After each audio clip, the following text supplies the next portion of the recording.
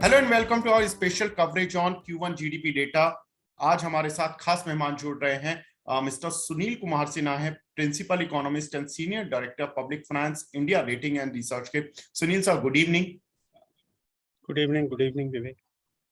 Sir, पहला take GDP पर आपके क्या एस्टिमेट्स थे? 13.5% की जीडीपी ग्रोथ देखने को मिल रही है Q1 की। हमारे अनुमान के हिसाब से जो हमने नंबर प्रोजेक्ट किया था वो 13.3 का था फर्स्ट क्वार्टर जीडीपी ग्रोथ। और जैसा कि numbers are now out and we know that the first quarter GDP has turned out to be 13.5%, so very close to our estimate.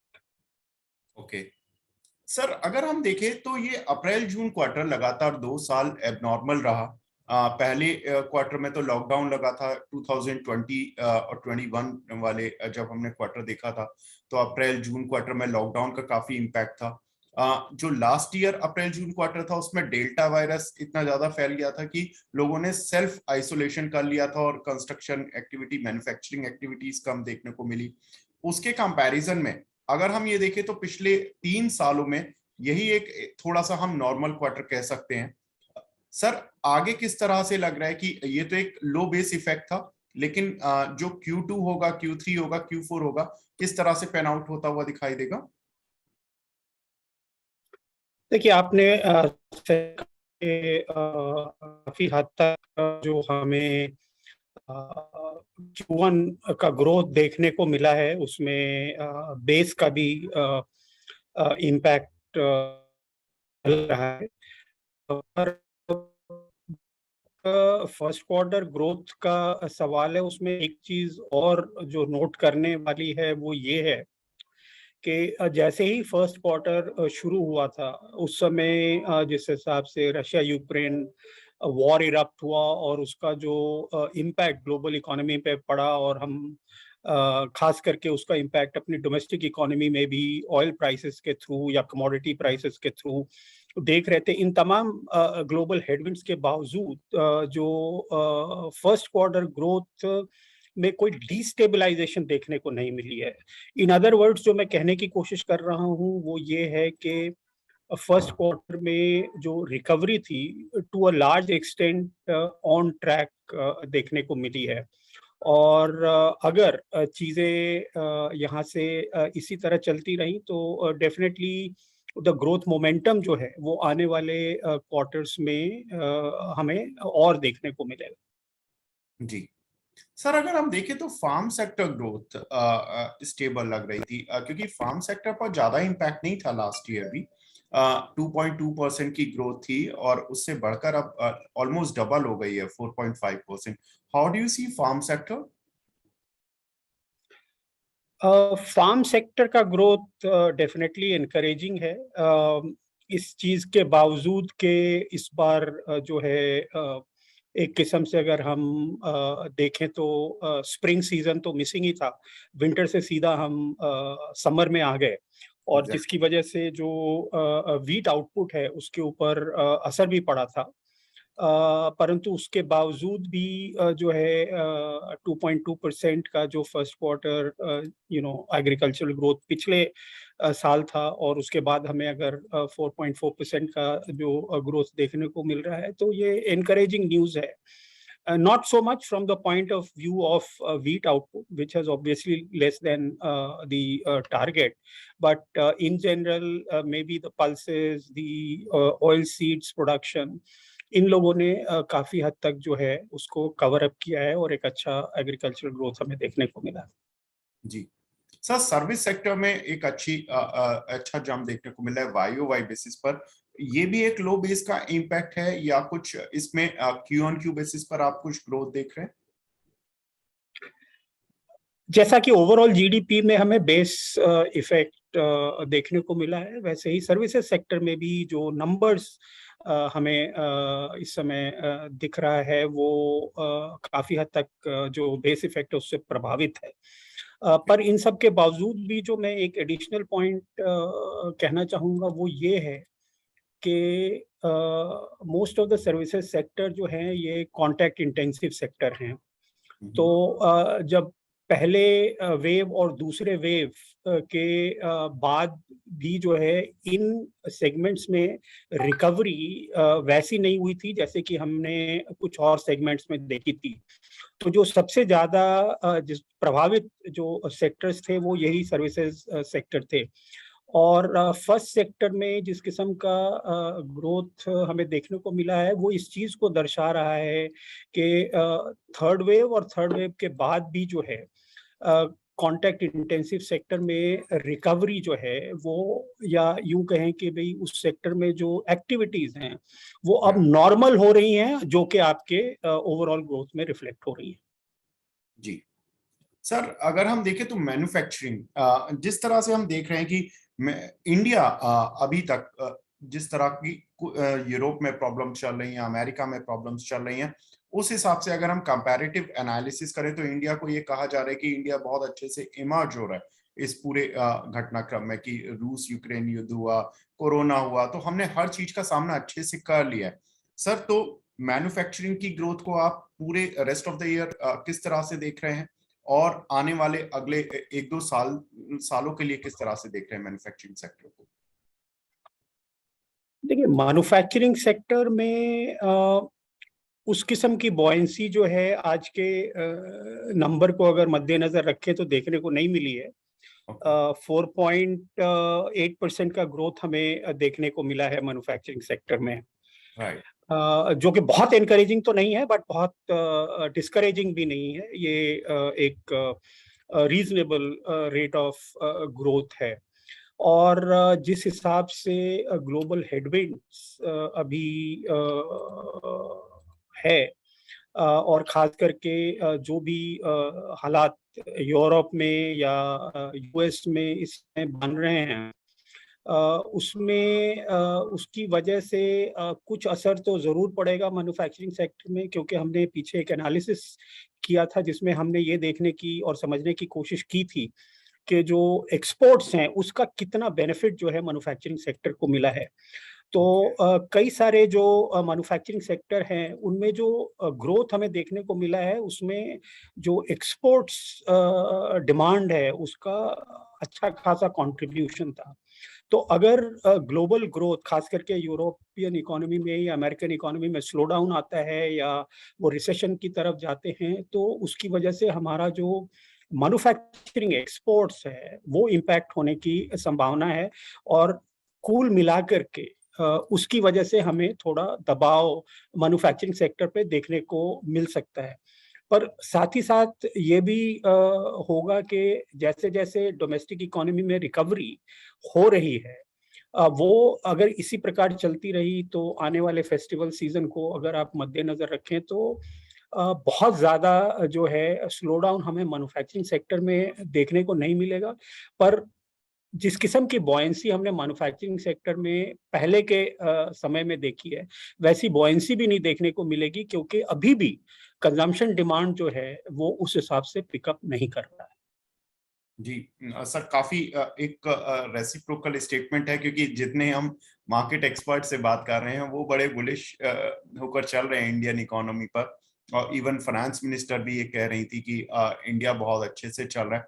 लेकिन ये जो मैन्युफैक्चरिंग का डेटा, इस पर आपका ये कमेंट बहुत इंपॉर्टेंट है सर। अगर कुछ इंडियन इकोनॉमी के लिए हम बहुत सारे पॉजिटिव सुन रहे हैं कि हमने ऑयल एंड गैस को बहुत अच्छे से टैकल किया, कोरोना को किया, और अभी आज मैं फिस्कल डेफिसिट का डेटा देख रहा था तो जुलाई मंथ का सरप्लस में आया है, और ओवरऑल जो अप्रैल से लेकर अभी तक का जो फिस्कल डेफिसिट है ये 20% ऑफ द टारगेट्स चल रहा है। तो सर, किस तरह से देख रहे हैं आप इंडियन इकोनॉमी को, कि क्या खतरे हैं, क्या पॉजिटिव्स हैं अगले 9 महीने के लिए? जहाँ तक डोमेस्टिक सिचुएशन का सवाल है, डोमेस्टिक चीज़ें और डोमेस्टिक एक्टिविटी, जैसा कि मैं पहले भी कह रहा था, धीरे धीरे सामान्य होती जा रही हैं। अनलेस एंड अनटिल के हमें एक और कोई या तो ग्लोबल या डोमेस्टिक झटका लगे, अगर चीज़ें सामान्य रूप से चलती रहीं तो इकोनॉमिक रिकवरी जो है वो आगे बढ़ेगी। और उसकी वजह से आप वो आपके ग्रोथ नंबर्स में भी रिफ्लेक्ट होंगी।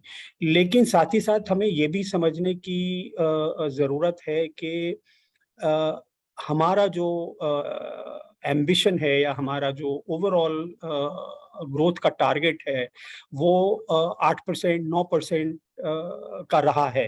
और इस समय अगर हम 5 या 6% का ग्रोथ भी अचीव कर लेते हैं तो given the global and domestic condition it is a fairly good rate of growth.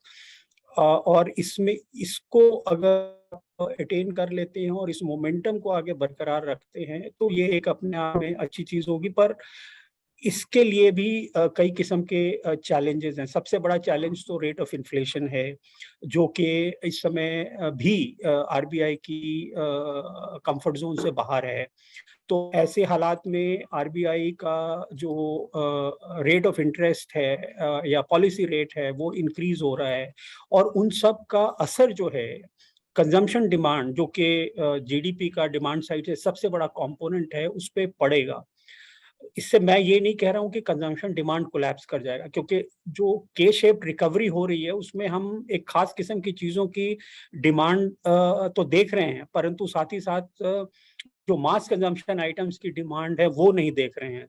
तो जो लग्जरी आइटम की तरफ से जो पुश या सपोर्ट मिल रहा है कंजम्पशन डिमांड को, वो कम से कम FY23 में तो ओवरऑल जीडीपी को सपोर्ट करेगा, पर वो एक बहुत सस्टेनेबल डिमांड नहीं बनेगा तब तक जब तक कि उसको जो मास कंजम्पशन गुड्स की डिमांड है वो पिकअप नहीं करती है। तो ये एक जो विरोधाभास है उसमें अगर हम सिर्फ एब्सोल्यूट नंबर पे फोकस करेंगे तो हमें लगेगा कि ये तो बहुत अच्छी रिकवरी हो रही है, परंतु इस बात को भी समझने की जरूरत है कि ये रिकवरी कितनी सस्टेनेबल होगी। ओके सर, एक पॉइंट और जो कि आज का हाईलाइट है जीडीपी डेटा के अलावा, इस तरह की खबरें चल रही हैं ईरान के कुछ टीवी पर कि ईरान की और जो न्यूक्लियर डील थी उस पर क्लैरिटी आ गई है, जिसकी वजह से हम देख रहे हैं कि क्रूड ऑयल की कीमतों में जोरदार गिरावट इंटरनेशनल मार्केट में देखने को मिल रही है। सर, अगर ये डील ऑफिशियल आ जाता है अनाउंसमेंट, तो किस तरह से देख रहे हैं आप क्रूड ऑयल के प्राइसेस को और इंडियन इकोनॉमी पर उसके इम्पैक्ट को? देखिए 80 टू 82% जो हमारी ऑयल की डिमांड है वो हम इंपोर्ट के थ्रू मीट करते हैं। तो अगर ग्लोबल फ्रंट पे किसी भी किस्म का डेवलपमेंट जिसकी वजह से कि क्रूड की प्राइसेस जो है वो मॉडरेट होती हैं, तो वो obviously is a big positive for the country. Not only from the point of view के ये एक इन्फ्लेशन के ऊपर इसका सीधा असर पड़ेगा, पर साथ ही साथ ये भी देखने की जरूरत है कि जो हमारे रुपए में जो गिरावट आई है या रुपए में जो कमजोरी आई है उसको भी कुछ काफी हद तक सपोर्ट करने की स्थिति में हो, क्योंकि हमारा अगर ऑयल इंपोर्ट बिल गिरता है और करंट अकाउंट डेफिसिट जो है वो कम होता है, तो जाहिर सी बात है कि रुपया में जो हमें कमजोरी दिखी है वो कुछ काफी हद तक संभल जाएगी और हो सकता है रुपया कुछ अप्रिशिएट भी करे। बिल्कुल, क्योंकि सर इंटरनेशनल मार्केट में इस समय मैं ब्रांड क्रूड का लाइव रेट देख रहा हूँ, it's hovering somewhere around 95 and crude oil WTI is hovering somewhere around $89। तो अगेन जो $100 को ब्रीच करके हमें जो एक फियर पैदा होता है इंडियन मार्केट्स में या इंडियन इकोनॉमी में, वो थोड़ा सा सबसाइड होता हुआ दिख रहा है। सर, लास्ट क्वेश्चन कि जिस तरह से इन्फ्लेशन भी बढ़ रहा है इंडिया में, अभी भी आरबीआई के कंफर्ट जोन में नहीं है। दुनिया भर में इन्फ्लेशन एक बड़ा सरदर्द बना हुआ है, फेड के भी कंट्रोल में नहीं आ रहा, वो 2% का टारगेट लेकर चल रहे हैं। आरबीआई गवर्नर जो टारगेट लेकर चल रहे हैं उससे भी अभी हम 300 बेसिस पॉइंट ऑलमोस्ट ऊपर चल रहे हैं। सर, इतने हाई इन्फ्लेशन के साथ अगर हम 6 या 7% की जीडीपी को सस्टेन करते हैं इस फाइनेंशियल ईयर के लिए, तो क्या ये एक रियल ग्रोथ मानी जाएगी?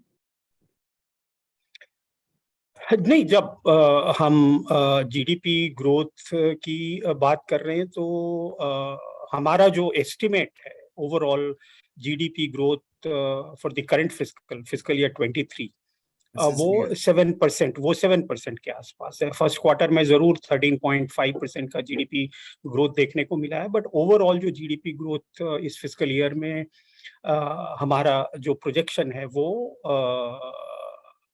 7% का है। इसलिए